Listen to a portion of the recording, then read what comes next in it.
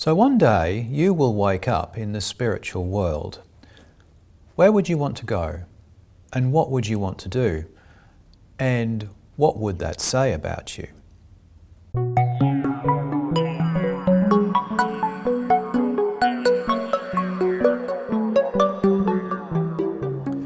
The first thing I want to do in this chapter is highlight Swedenborg's use of the word animus.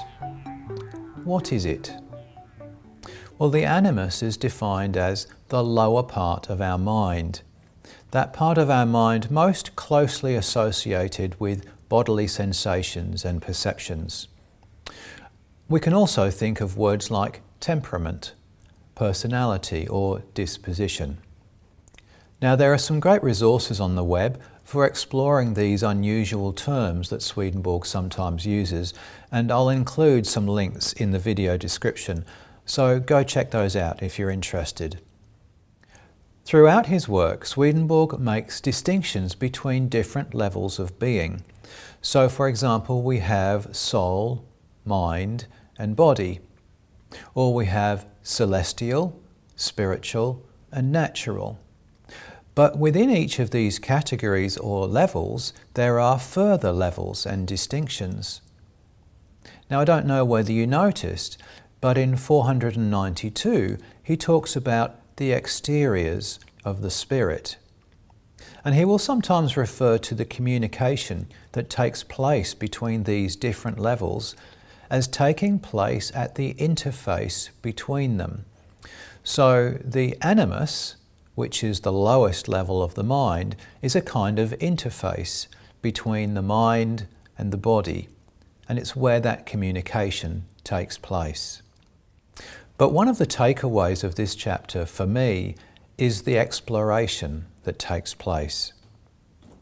New arrivals, being in a foreign and perhaps unexpected new world, are keen to know what it is like and are given the opportunity to explore it thoroughly in this first external state. However, what strikes me is that all the while those spirits themselves are being explored. They're being tested and examined, if you will, to see what kind of spirits they are. And what is clear is that the places they seek to explore says a great deal about the kind of spirits they are. So in paragraph 496, Swedenborg writes, "They are also distinguished by their turning repeatedly in specific directions, and following, when left to themselves, the paths that lead in those directions. From such turning to certain quarters and going in certain ways, it is known what is the kind of love that leads them." It's a sobering thought, isn't it? So I wonder, what do the kinds of places you enjoy and seek out say about you?